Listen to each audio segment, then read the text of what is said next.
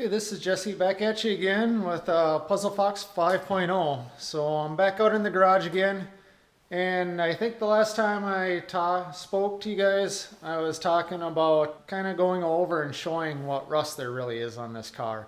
So I thought I'd just kind of do a quick little walk around of the car and show kind of what we're dealing with. I've said before that this is a Minnesota car, it's a northern car, so I'm assuming that it had seen a couple of winters at least. There is some rust under it, and as far as northern cars go, this one's it's in pretty solid shape, I think. So I'll just do a quick walk around of the car and show you. Of course, here we got under the hood, you had the battery tray that was over here. Try to get some decent lighting here, but I disconnected all the chassis harness here, so it's kind of out of the way. And then this is all the front end, like the lighting harness and everything. So I went around, and of course the battery tray was right here, and it's really not in that bad a shape. I went around, I'll add the caveat here, I did go around the car last night with a wire brush and tried to knock down some of the rust, or some of the high spots, knock off some of the scale, some of the paint that was flaking up. As those of you that have dealt with rust before, you probably understand what I'm talking about. But you can see here, like along the edges of these seams here, there was a little bit of rust. And then like around all these bolt holes, there was some rust. And of course, around where the battery tray was, I could only get one of the bolts out, and you can see that one's pretty well rounded off. So I ended up just having to break the battery tray out of here. But all in all, it's not too bad right there. This bolt here, I'm trying to remember what this bolt was for, but of course that one twisted off. It was underneath the battery tray. I think it was like one of the feet for the battery tray. Where the sway bar brackets are, it's not too bad. You can see a little bit of rust there on the bottom of that strut tower, like just at the edge there. We're trying to figure out if that's really that bad, if it's really peeling out. You can kind of see that it's maybe bulging a little bit there where the frame rail is, but all in all, it doesn't look too bad to me. I don't know, I'll have to do some thinking, or if someone has some feedback about if I'll have to cut this frame rail out of here and redo this or something. Right now I'm kind of thinking it shouldn't be too bad.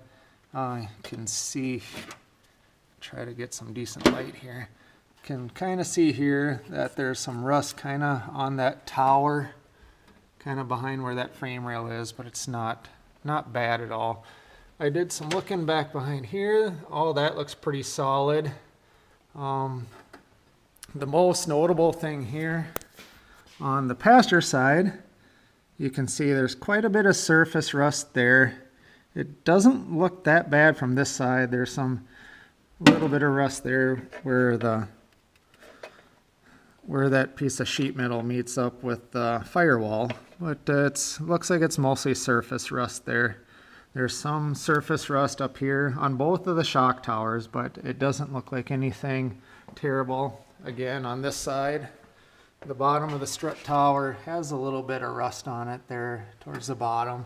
Trying to figure out if it's really bulging much there, and what I can do to clean it up. And again, on this side here, along the bottom of the fender apron where it meets up with the frame rail, there's some surface rust there. This strut bracket really doesn't look that bad. All the core support looks really good, other than the typical, someone must have tried jacking on it at one point and it jacked up that core support and kind of tweaked it a little bit. Going on the underside by the driver, but it isn't too bad here. What I did notice is there's some surface rust up here and some stuff that I flaked out of there. So it doesn't look like it's rusted, like corroded into the actual structural material too bad there. I did notice, like in one of these holes here where the K-member bolts went through, there's like a steel sleeve inside of there, and that one's kind of rotten. Those bolts that came out of those K-member bolts were One of them was really bad where it was chewed into the bolt, and the other one wasn't quite as bad, but it did take a little work to get those K-member bolts out. This inner fender structure here, or subframe, whatever you want to call this, there's just a little bit of rust here along this back edge. Nothing too bad, but around the fender itself, it's not too bad here. Some along there. I'm planning to do the smooth fender, so smooth and solid fender aprons in here, so some of the sheet metal will go and get replaced anyway. So that's the worst of it on that side. The passenger side is pretty similar. The K-member bolts on this side were actually like clean when I pulled them out of there. There's some rust up there along the top, and again at the top of this strut tower. This side actually looks like maybe a shade worse towards the front of the car than on the other side, but not bad. And this is what I really noticed was on this side there was a lot of surface rust, and it looks like there's even a little bit of a hole in the inner fender right there. But other than that, it looks really solid. Like all the floor pans of the car look really, really clean and solid yet.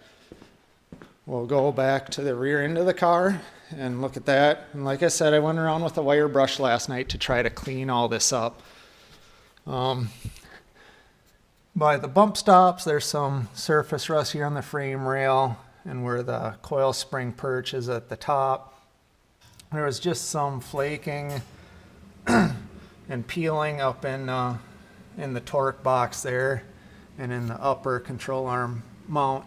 And where the worst was is this cross member, or whatever this is, across the top where the upper control arms bolted in. What you can see, there's quite a bit of surface rust along there. But that was about the majority of it here on the rear end of the car. Did have some surface rust here along this rear subframe, but as you can see, it's all in all, it's not too bad under here. A lot of surface rust, but nothing that I don't think couldn't be cleaned up. Maybe I'll see about sandblasting or something under here and trying to get some of this cleaned up at some point. But it's pretty similar from side to side here. Just that surface rust where the shock perch was, not too bad around where the coil spring was and around this bump stop. But some surface rust and flaking up in this torque box at the lower control arm mount. The rear end of the car, it's this surface rust on this spare tire well where the fuel tank was underneath. And it's really not that bad there. Then there's the rust here on this bumper cover support, the actual structure of the bumper underneath. But I don't think I need to be too worried about that. I'll try to get that cleaned up, or maybe I'll see about getting a new one. And then where the spare tire well was here, just the surface rust here. And then you can see way up in there, that's some sheet metal that supports the top of the bumper cover, and it's looking pretty rusty up there, but again, it looks like it's mostly surface rust. And the worst part that I found of the whole car is under this driver's side bumper support, where the whatever that is, the crash structure or whatever goes in there, but you can see it's peeling up right there. So we'll have to get under here and figure out what to do with that and cut that out and replace that. But that to me really seems about the worst spot of the car, other than that passenger side inner fender structure. So again, it's not looking too bad under there.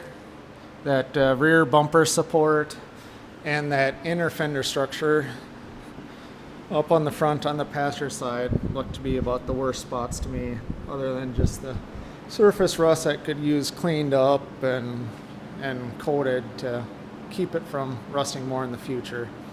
So I'll be reaching out to a couple of friends here in the future and talking to them about how I should really plan to attack cleaning that up and getting it coated and preventing it from rusting any further. So I'm going to follow up with them and I'll get back to you on what the thought is for that. The next thing I'll be doing is I actually have this GT front end that I want to put on this car.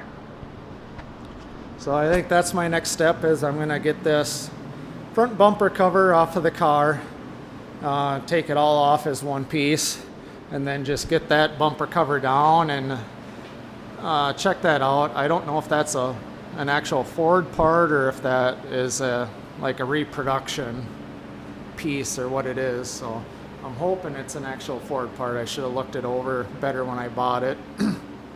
I bought it used off of Craigslist, so got it for a good price. So hopefully it's something that'll work and I can use it, and hopefully paint will stick to it when I go to paint it. But I've always wanted a GT, so that's my plan for this car. Is I'm going to make it look like a GT, at least from the front end. And actually what I'm thinking of is doing like the Cobra grill insert on that bumper cover.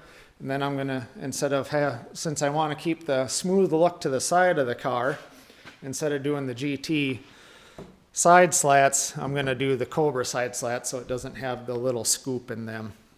So that's my next thing. I'm not